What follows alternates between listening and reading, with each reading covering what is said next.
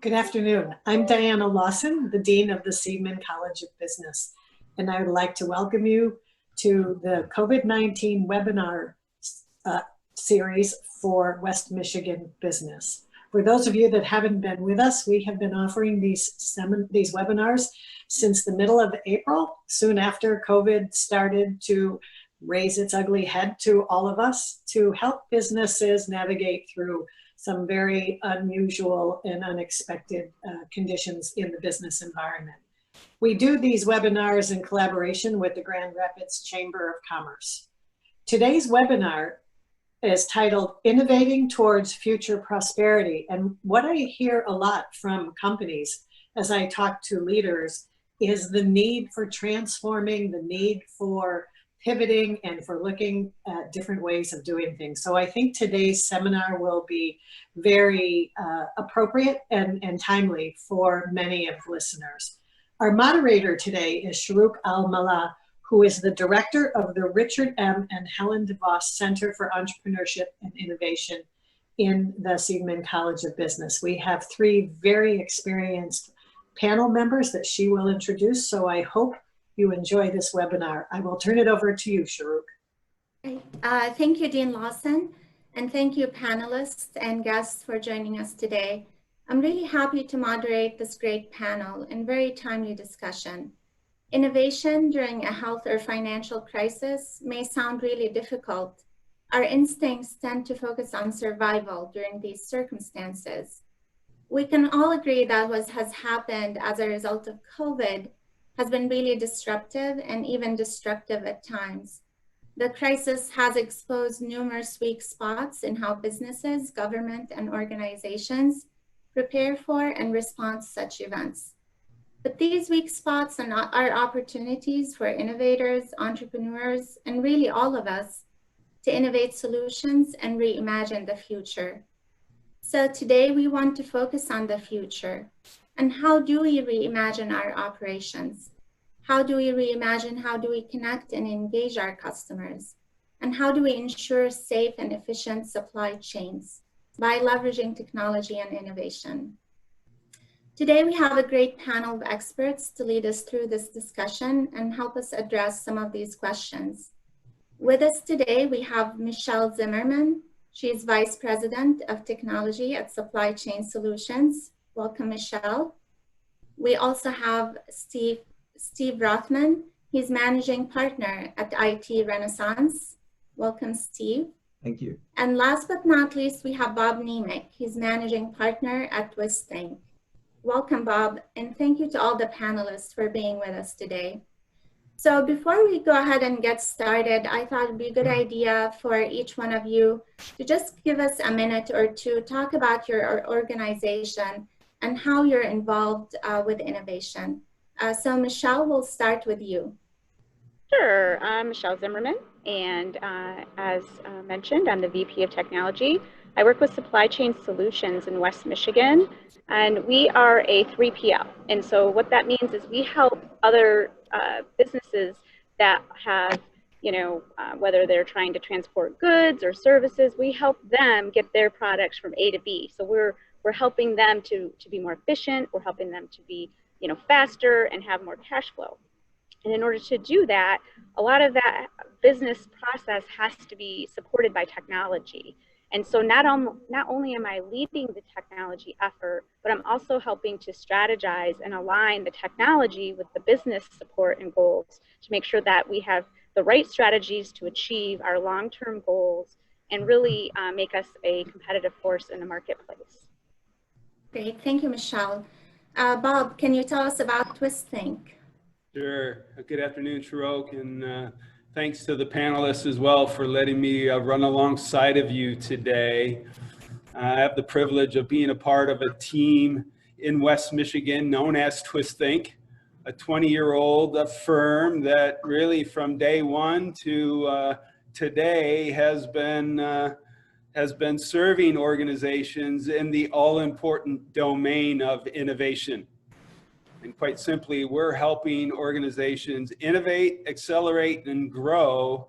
And our approach to that is with a diverse team. So we have the creative passionate right brain teammates known as classical industrial designers and user experience minded individuals working in a team-like environment with very creative technology-minded, so left-brain individuals who are classical electronic or electrical engineers. And it's been our experience now for 20 years that having those two skills come together as one team is a priceless way to pursue and execute on innovation. So that's what we're doing, and we're so thankful to be a part of this region and to be serving clients in this region and to be even sharing a little bit of our perspective on innovation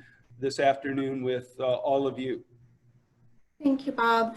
Steve, I think you live and breathe technology and transformation. So tell us a little bit about yourself. Thanks, Shorouq. As Shorouq mentioned, I'm a managing partner at a boutique consulting firm called IT Renaissance. My partner and I started IT Renaissance in 2009, right at the time of the last great disruption in business. And we focused and have always focused on helping our clients succeed with information technology and with digital transformation. And I've spent over 40 years helping companies transform their business as a partner in several major consulting firms. Started with Anderson Consulting. I was a partner at Deloitte. I was a partner at Infosys Consulting. I was the chief transformation officer for a financial services technology company. So I've been doing this for a really long time. And just like what Bob is saying and Michele was saying, it's a team sport. Digital transformation is a team sport. You can't do it by yourself. You can't do it just in IT. And really, digital transformation really is nothing new. First project I worked on was a digital transformation because it used technology and it transformed the business and they got significant business results. So what's different now is the technology is different, and the technology is different in many different good ways. It's less expensive, it's much more powerful, it's easy to implement. On the downside, it's all new. Most companies aren't familiar with it, and there's way too many technologies to choose from. And the focus for digital transformation has to start with innovation. Why spend a whole bunch of money changing your business unless you're going to do something worthwhile that's different? So I've kind of been dealing with digital transformation and innovation for a long time. That's great. And we're really so glad to have all of you. So before we go ahead and do a deep dive on the topic, we're hearing innovation and digital transformation.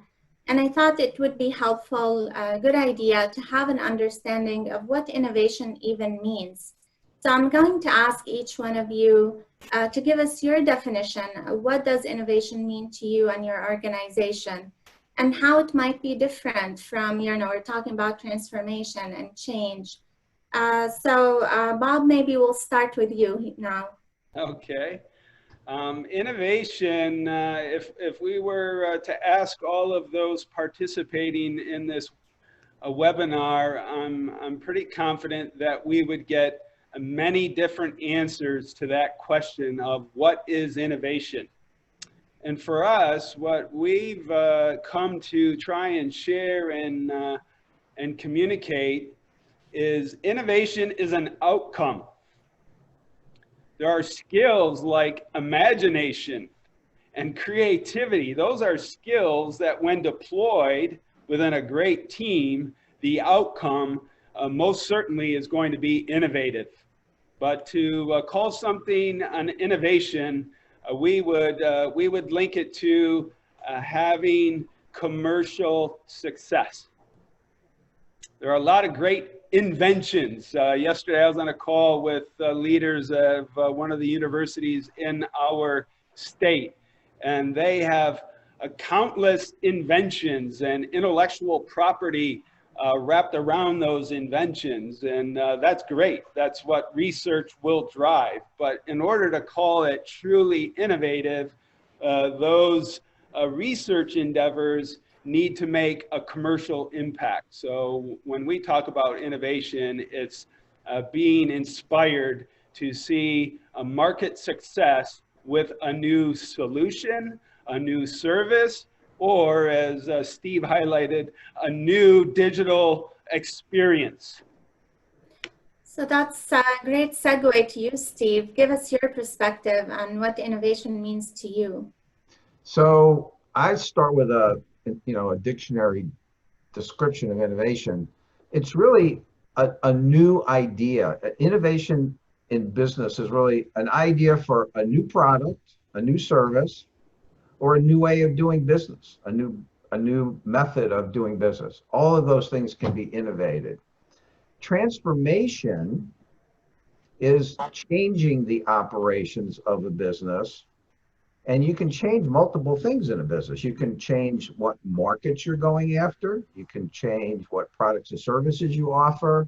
You can change your business model, so you can start having a partnership, like the partnership that I think Ford formed with one of the medical device manufacturers to make ventilators during COVID.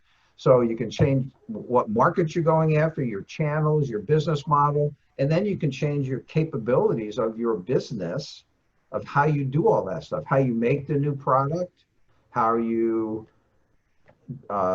do customer service, how you do manufacturing. You can change your supply chain. So transformation is actually, in my mind, innovation is coming up with the idea.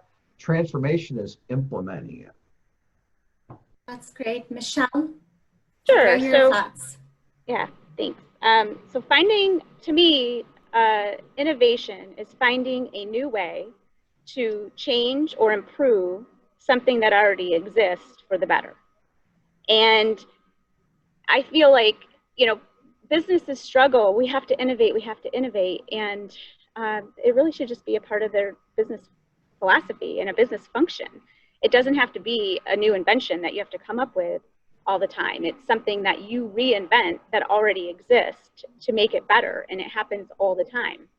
In terms of transformation versus innovation, they're very similar, and they have, they have some, you're changing something, but when you're innovating something, I would say an example of that is we're going to change the way we focus on our customer experience. And if you look at the way we used to do it, we had phone calls, we had paper, we had maybe email or just meeting with people. The salespeople have to go out and meet with people. And the way it was innovated was now we have chat, we have apps, we have mobile communications and portals. So now that whole customer experience was innovated. If we say we're going to transform something, that is saying we're going to take this existing state and completely change it to a different state of being. So it's a journey of evolution when you're transforming. And so you could say an example of transformation is maybe we're going to change out all of our core systems and replace them. Because now, if we change out all our core systems, we've changed the state of the way we operate, and we've transformed the way we perform. And so that would be an example of transformation. And if we want to take it to looking at prosperity and what does that mean to innovate to have that level of prosperity, it's really growth. So if we can say that, because not all innovation gives you growth, not each one increases your revenue. So if we have a market expansion or a market reaching type of innovation and we actually grow, then we're reaching that level of prosperity. And that's great. Thank you. I think that's a key point, that there isn't a one size fits all when it comes to innovation. The first thing that comes to people's mind is the invention aspect, but there's so many ways, as you said, innovating the markets, the operation, the business model. There's so many opportunities. But I think the big question on everyone's mind, and we kind of alluded to that earlier, why innovate during a crisis, and specifically a global pandemic? With all the uncertainty in the world today, and most organizations are just trying to survive, like innovation is not on their mind. Why should they prioritize innovation, and how can they plan for the future? So Steve, would you like to start, just give us your perspective, why innovation is critical at this point? Sure. Well, first of all, the number one reason to innovate is to survive. And many, many companies have gone through that type of innovation in the last 3 months. And hopefully we're mostly past that point, right? I think a lot of companies, a surprisingly number actually are gone or are in bankruptcy.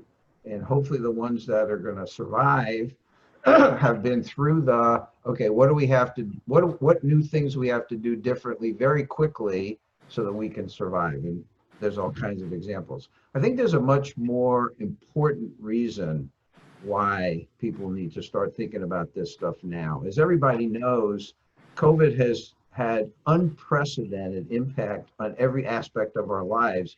But if you think about the business world, there are many, many different things that are being impacted in the short term, and a lot of them are going to have lasting effects. And I believe people need to start thinking about innovation now to really prepare for the next new normals. And that the problem is there's not going to be just one next new normal. There's going to be different next new normals 3 months from now, 6 months from now, a year from now. But there's a couple of things that we know can be pretty confident of that are changed for good. And I think the biggest one is the work from anywhere phenomenon and the impact that's going to have on multiple aspects of a company's business.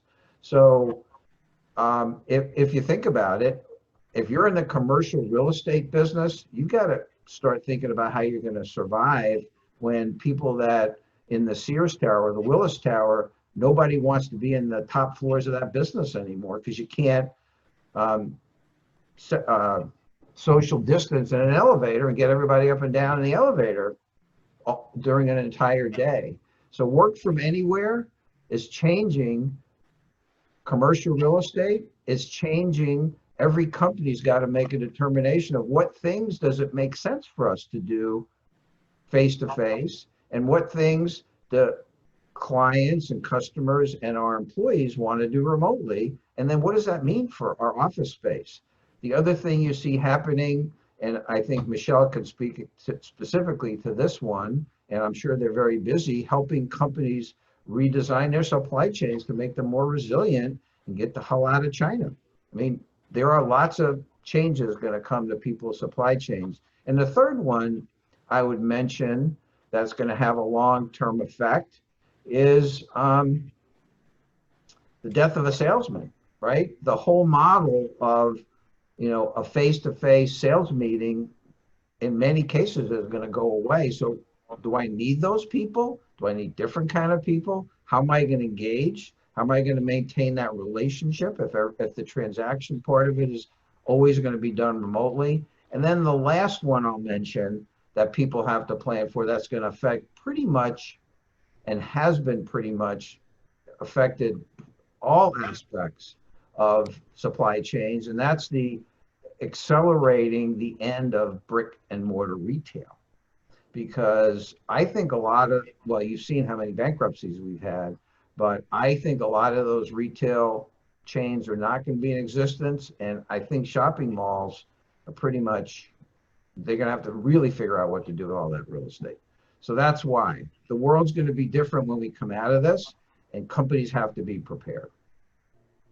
Great. So Michele, what is your why, especially, and as we talk about supply chains, that seems to be the obvious disruptions.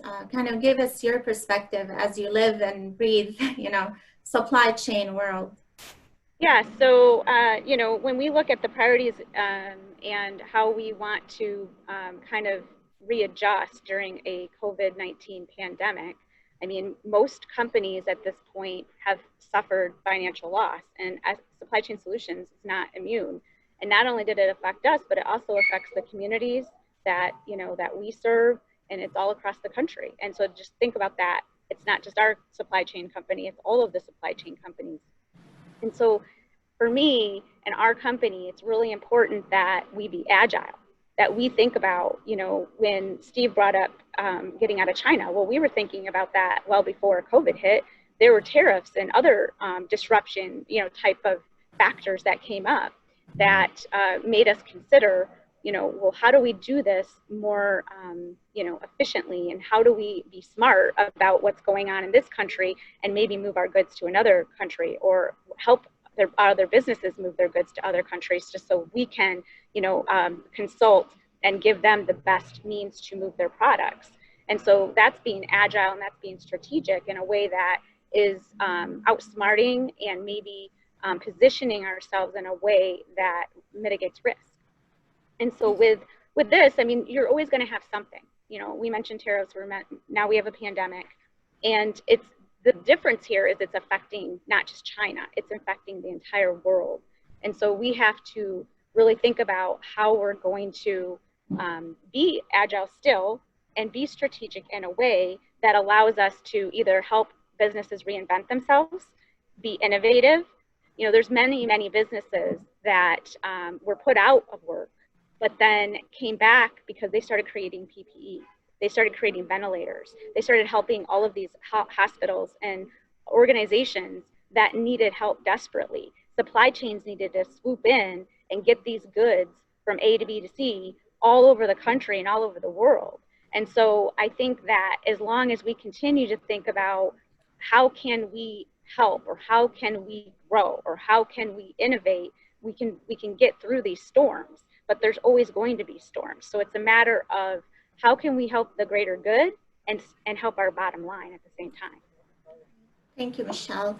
And just a reminder to our audience, we would be happy to take any questions from the audience. So if you have any questions, please submit those in the chat function, and we'll make sure to get to those towards the end of the webinar. So kind of, you know, bring it back to you, Bob. Kind of tell us about your why, especially from a technology company perspective. And you're not, you know, as an innovator, you're used to disruptions. How, you know, do you feel that the COVID-19 disruption has been different to you and your company? And if you have a different approach as a technology company to innovation?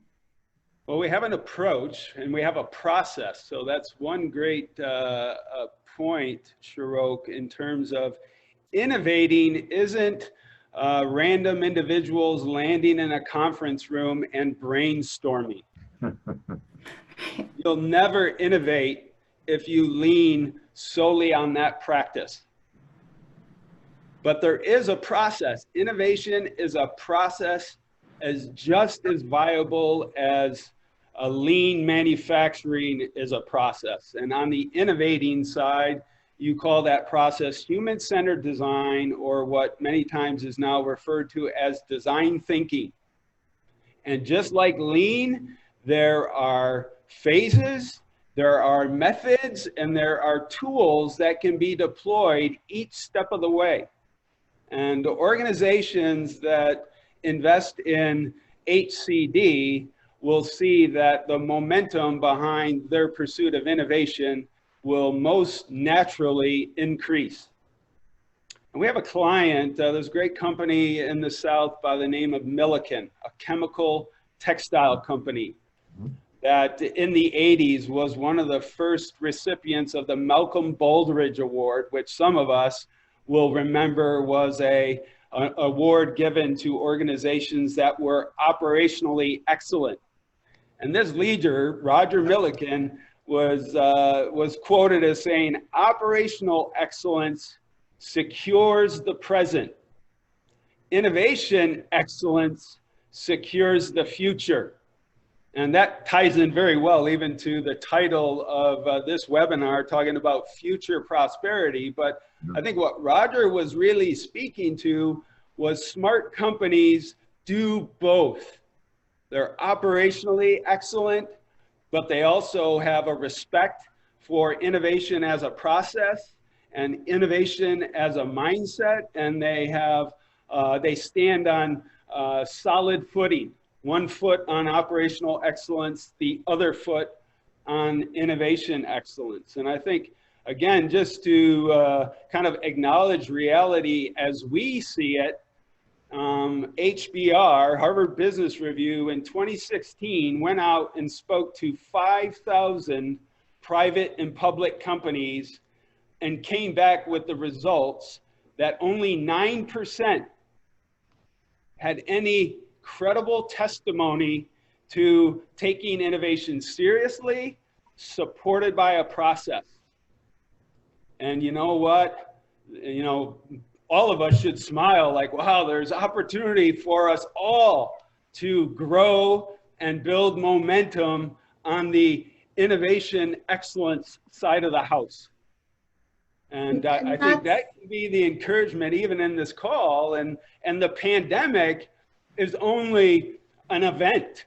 And as Michele appropriately highlighted, there's going to be other events in our future. We can plan on it. Steve highlighted gracefully that he launched a business in 2009 in the midst of another economic event that we suffered as a country. So the events are going to keep on coming. But I think we need to adopt the kind of the paradigm that we're not running a track meet. Business is all about running a marathon after marathon, and innovation needs to be embraced for the long haul. It's not something you do in a pandemic when our operations have gone quiet. It's something you have to do continually, again and again and again. And we can win the race when we're running on 2 feet. And that's absolutely true. I think in a way, like the silver lining in all of this, you know, prosperity insulates us from innovation. We get too comfortable, and we have to, obviously we don't need that much adversity, but a little bit of adversity kind of pushes all of us to that better, brighter future.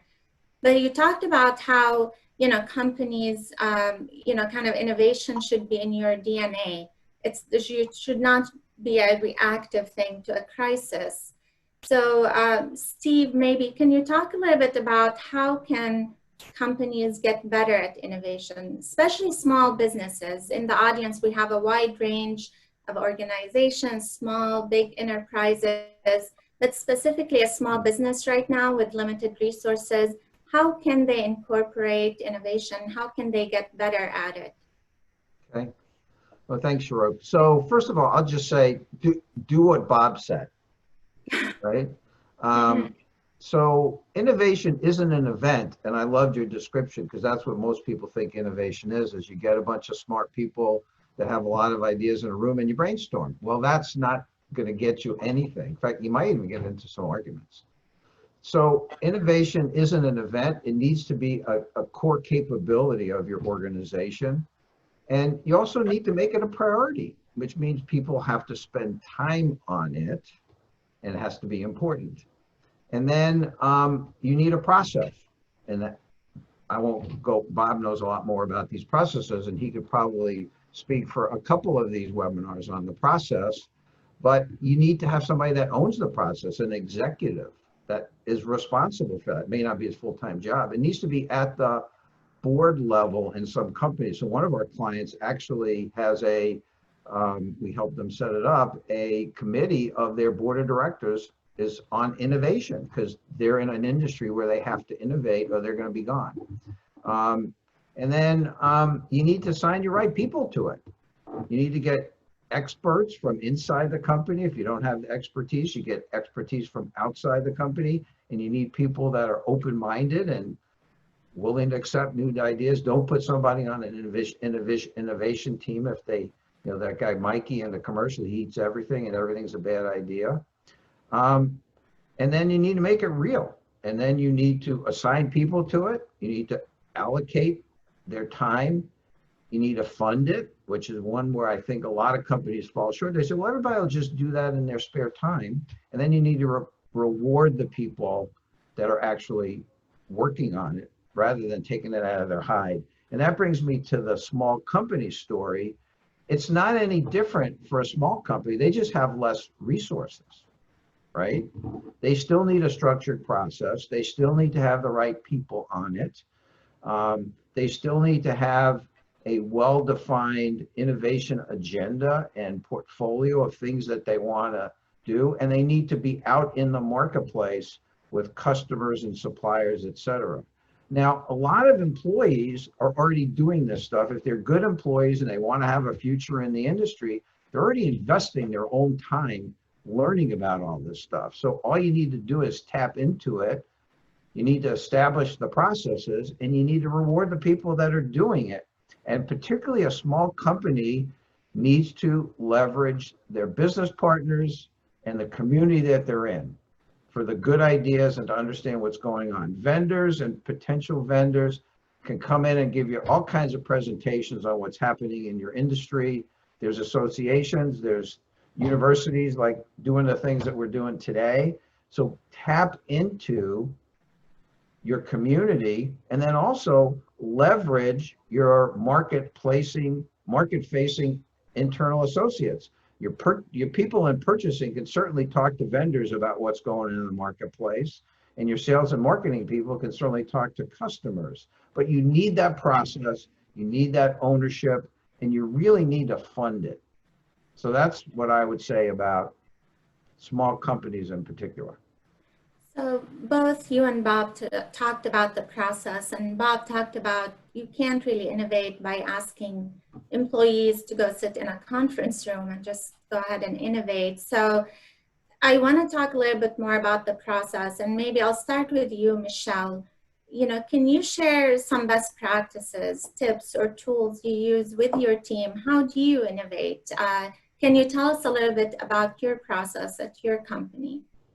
Sure. Well, I mean, I do want to advocate for Bob's comment about design thinking. I am a big proponent of that as well. And I think that really holding that model up as an innovation model is what businesses need to do. I mean, if you, you're not sitting in a room just brainstorming, but you are planning. You have to have a team that is aligned with the business side of your business, that it's an organizational unit. So if you have an accounting department and you have a sales department, you should have an innovation department. And not all companies can do this. And not all companies, particularly small businesses, can do this. But they certainly can have somebody that embraces technology and thinks about technology and gets excited about it to start to utilize those best practices. And so within that design thinking, there's 4 principles. One is you're going to build your innovation based on user experiences. You really want to think about your customers. You really want to think about not just how do I improve a product or an offering, but how does my customer, how do they feel when they have that offering or that service? And then how do you improve that feeling? How do you make them feel better about it? And then you also want to think about the system. So each offering might have a connection to other parts of the business or other processes. So you want to think about all of those interconnection points. And you also want to think about cultivating a culture of innovation. So if you have an organization that every day people are collaborating and they're thinking about, how do we maybe make this offering or service or product better? How would I want to use it? If you have people thinking like that every day as part of your culture, I mean, your ideas are going to be flying off the shelves, and people are going to be excited about coming to work because they know that their opinion is valued in the organization. And lastly, it's just having that disciplined approach. And I think Steve and Bob both touched on this, is that you don't just treat it as a sometimes when the grass is green and everything's going well, we innovate. You really need to have a practiced, disciplined approach that you apply in partnership with the business, those strategies. How does those, the alignment swoop in and support all of those business objectives? And if you do that, then you create that culture, and you do it in a way that isn't too willy-nilly. It's actually defined, and people know how to follow it, and then people can embrace it. And in terms of tools, I mean, there's different types of training to learn how to follow the design thinking methods. There's also, all kinds of tools and techniques that you can use to just come up with ideas. It could be as simple as brainstorming, and there's all kinds of software that can help build on those premises as well. And currently we're using these in a nuanced approach. We don't have an innovation department, but I do think of these methodologies in my project and my teams and the way I lead, so that I am weaving it in there in an approach that has some innovative philosophies. That's great, Michele. And I think that's a critical point, especially for a small organization. You don't need to have an innovation department, but kind of build that innovation culture within your company. So Bob, you said you have 50 team members, 50 employees. Can you talk a little bit about do you have any specific approaches to creating that innovation culture? Do you have any additional tips or tools you use within the company to keep that going? Well, again, just to give some credibility behind human-centered design as a process, everyone on our team has been immersed and trained and practices that process on a daily basis for the clients that we serve. But I think also for us, what started as a team of 5 and has now grown over the last 20 years, the other dynamic that drives innovation within our team for the clients that we're serving is it's cross-functional. You have really talented, hardworking electronic engineers who have a process that they might follow called Agile or Scrum.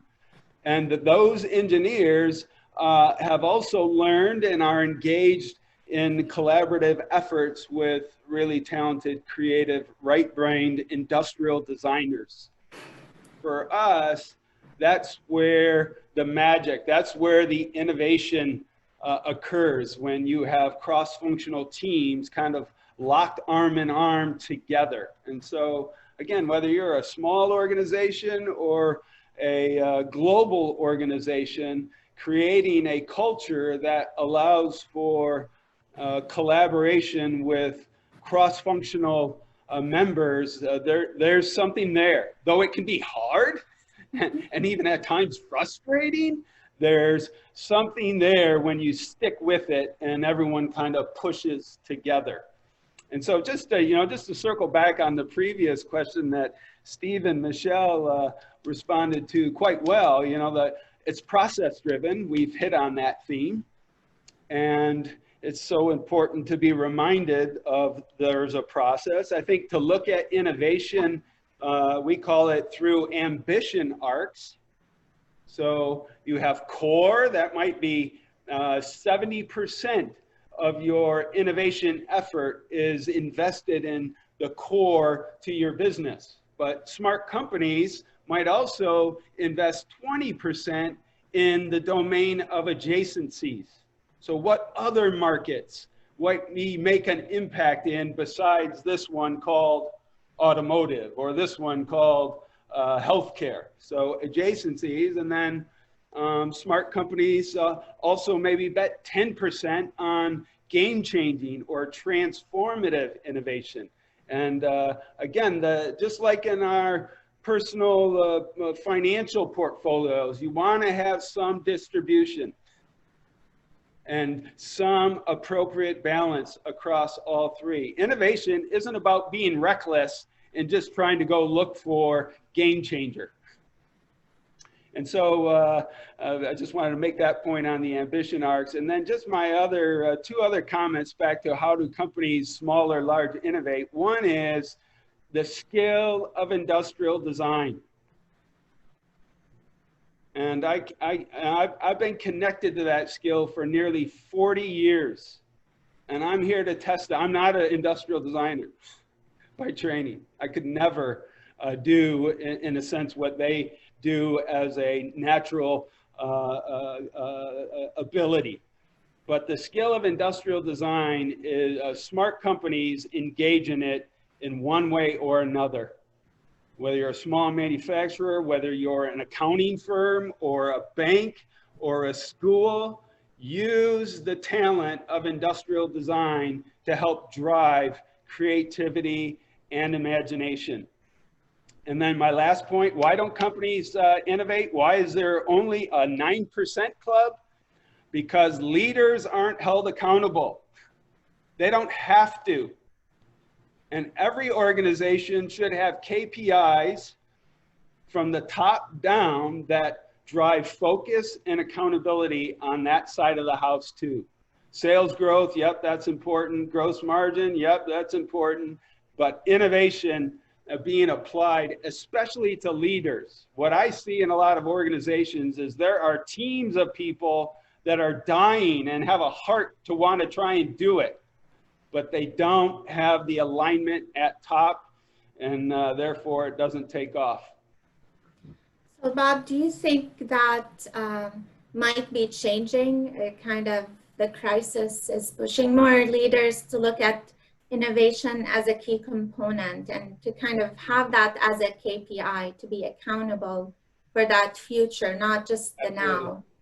I had a meeting with a client earlier this week that basically was testifying that, you know what, the pandemic has awoken us to the reality that we can't roll like we've been rolling over the last 11 years of economic growth and strength.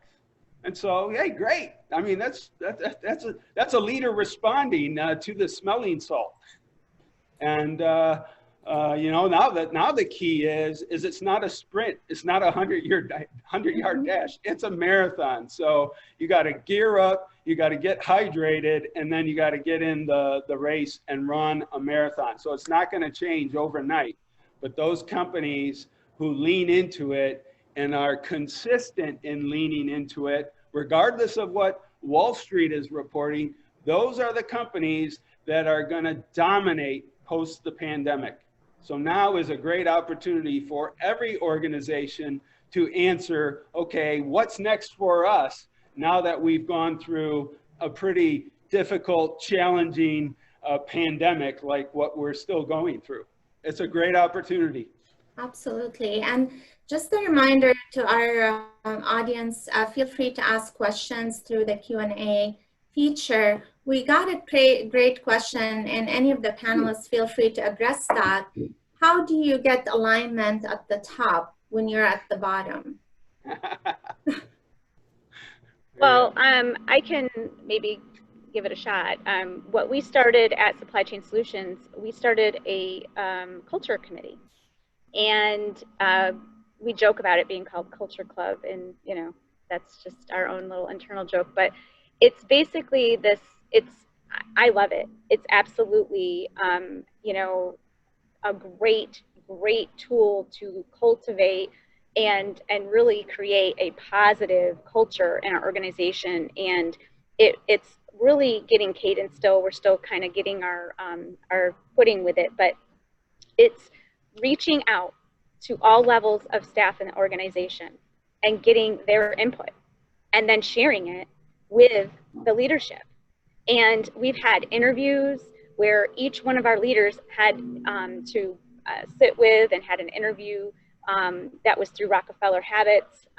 We all are following through some strategic tools that we utilize in our organization. But it's a really, I think that right there, coupled with the innovation discussions and really making sure that we have that alignment. So as we grow that committee and as we grow that cadence with our organization, that people feel comfortable, they feel confident, they feel like, hey, I can share that I have this idea, or maybe this isn't working okay, and I want to talk about this process. I think we could change it.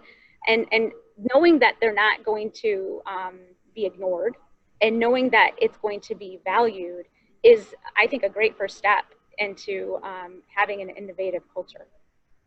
I love the idea of innovation club. It's not unique to just student clubs at the university. So I think that's a great tip for any organization. Steve, what are your, you've seen a lot of companies go through that process. Any thoughts on, if you're not really in a leadership position, how do you advocate and push for innovation?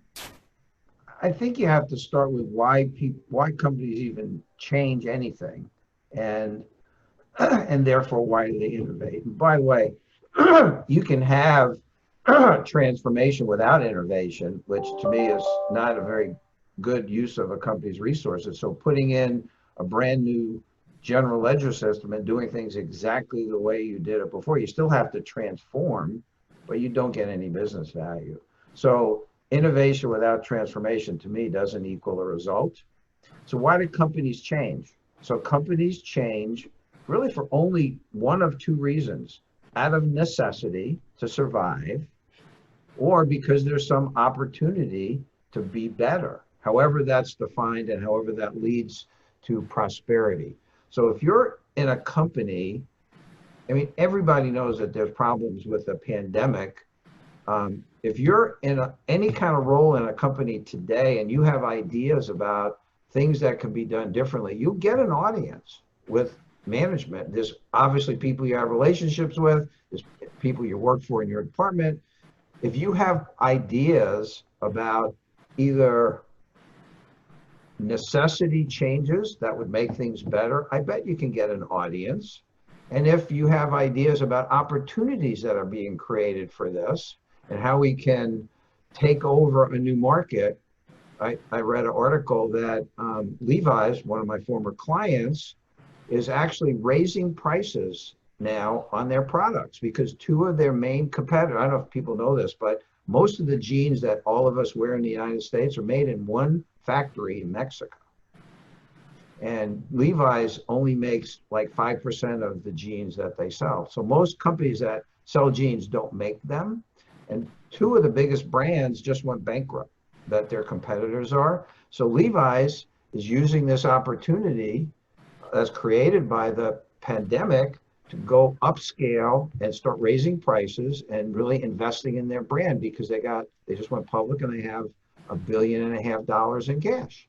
So taking those good ideas to the right people in the organization with a plan and with a planned result, you'll get people's attention now, I think, because I don't know how everybody's company is and who would listen to them, but that would be my advice. Great. So go with an idea with a tangible result. So I want to bring the discussion back to, the whole idea of culture and team. And we hear a lot of companies, the whole idea of spontaneous innovation, people running in the hallway and talking about ideas. So maybe Bob, for you, we know collaboration is key to innovation. How do you maintain that sense of spontaneous innovation, collaboration in this new way of doing things in a virtual setting? Yeah, in a virtual setting, it can still be achieved, though we have to acknowledge it's a different game. It's a different sport. But thankfully, there are tools, there are technologies that allow us to have very effective one-on-one and even group events that still allow the collaborative spirit to come together. And so during this pandemic as a firm, we've been working primarily remotely and leveraging all of those tools in creative ways to keep the cross-pollination of ideas and debate and problem solving at the top. And so it can be done. And as I think we all know, we're never going to, quote unquote, return to work as we once knew it. We got to lean forward into working in new ways and using tools to allow us to do it remotely, as well as still allow us to engage one-on-one. I just think the mix now is going to be a bit different. And I think there are more technology opportunities on the horizon that are going to improve on that. So again, one theme that I think both Michele and Steve have highlighted is digital transformation and deploying technology in creative ways to create new user experiences is going to still allow innovation to thrive in any organization. So it can still be done. Absolutely. And I think we can't talk about innovation without talking about technology. And we've all experienced that. We've all been thrusted into adopting, digital transformation and online learning. So Steve, can you share your thoughts on that? How do you leverage technology, and how do you, adopt a digital transformation amidst, the chaos and the crisis? Sure. So first of all, let me define how we define digital transformation, because just like innovation, there's as many definitions. I think there's as many definitions of digital transformation as there are companies and consultants in the world. I think everybody has their own unique definition of it. So we have one. We call it a structured process for leveraging technologies to significantly improve the products, services, and/or business capabilities of an organization to increase the value that it delivers. So it's all about value, and it's not just about products, it's not just about services. So a lot of the discussion about innovation is coming up with new products. Well, there's also a lot of innovation as it relates to business transformation and business capabilities. And one of the ones, the famous ones, is the Toyota production system, which was a 30-year innovation journey within Toyota that has transformed the automotive industry, and any reasonably intelligent manufacturing company has already implemented lean manufacturing. So how do you do it? Well, I've been, for the last several years, talking about a lot with to anybody that would listen to me, a client, a prospective client, or somebody at a cocktail party, that every company today needs a digital transformation strategy. You look at what happened to retail before we even got to the pandemic. Okay, some of the companies, obviously Amazon was the founder of the digital transformation in retail. But a lot of companies are actually doing pretty well competing with them. Kroger and Walmart and Target and others have gotten on board with digital transformation. So every company needs a digital transformation strategy. And with the significant impacts of COVID, it's even an absolute existential necessity. The major activity, or the initial activity, of our digital transformation playbook is to actually have a company just do the internal SWOT analysis. What are our strengths, weaknesses, opportunities, and threats, separate from the digital world? And then once you've gotten that, completed that, and obtained consensus, because a big part of doing a digital transformation is getting everybody on the executive team to start on the same page that these are our strengths and weaknesses, et cetera. And then once we do that, we work with our clients to determine the opportunities and threats posed by the applicable disruptive technologies, that's a mouthful, in their industry, and, as Bob mentioned, in adjacent industries. Because there's a lot of new entrants that are coming in without the baggage and without the big investment, the big asset base, into new industries and taking on legacy industries. And then when you think about technology, you think about innovation. You can innovate and come up with great products, but you can also innovate in operations, and you can also obviously innovate in processes and in information technology. So there's three broad categories of technology that we think about in digital transformation. One is product and service technology. So you think about battery technologies with electronic vehicles. That's a technology category that there's going to be step function change continually in that, because all the money that's being thrown into it. Then there's operational technologies that you basically are part of the operations of your business. And Michele's company probably helps a lot of companies do automated warehousing and just supply chain technologies. And a big technology change, a big shift over the last 5 years or so, is completely changing manufacturing, and that's 3D printing. So people aren't going to make things, they're going to print them. And then when you come to information technologies, there's probably dozens of them that could impact your business depending on what industry you're in and what the current state of your organization is and what your strengths and weaknesses are and what you can afford. And that's why I believe every company has to do a digital strategy. But some of the technologies, I'll list off my top 10 if people, for the call. The number one technology, and it's both a product technology, an operational technology, and information technology, is artificial intelligence. Changing everything. Process automation is another one, blockchain, virtual reality, augmented reality, low code, no code development, big data, IoT, 5G, quantum computing. That's my top 10. Some of those may not mean anything to people on this call. Some of them are going to change the way your industry operates, and you really need a strategy to figure out what you want to focus on. And I think, just this tells us there's so many opportunities, to engage in innovation and leverage technology to look at that future. And, we could probably spend another hour just talking about that. Unfortunately, we're near the end of our time. So I want to take 1 minute for each panelist. We always want to end on a really good and positive note. Just tell us, what you're hopeful and optimistic about in the future. So Bob, we'll start with you.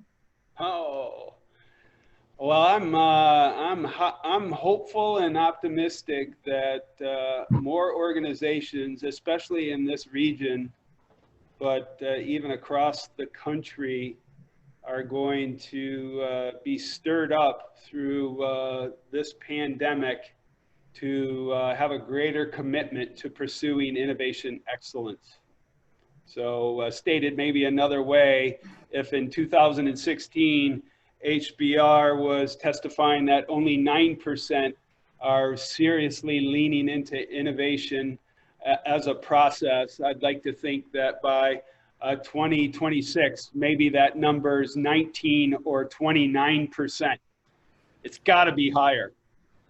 And I think the pandemic might add a little bit of energy to organizations pursuing that. And again, as all have spoken today, the process of human-centered design is a way to create that consistent momentum.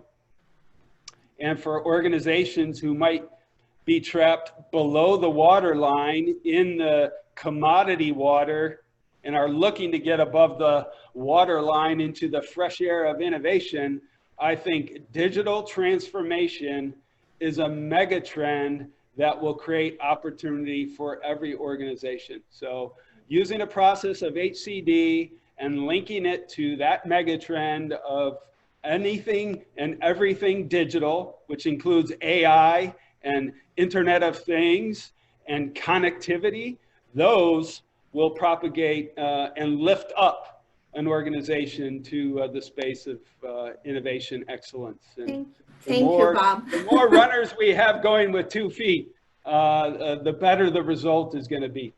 Absolutely. Thank you. And I know we're running really short on time. Michele, quickly. Sure. So I feel very positive for the future. As Bob and Steve both mentioned about digital transformation, we all witnessed the first phase, which was the internet, and then we had smartphones, and now we're looking at Internet of Things, and now blockchain's coming. Blockchain's the next Bitcoin.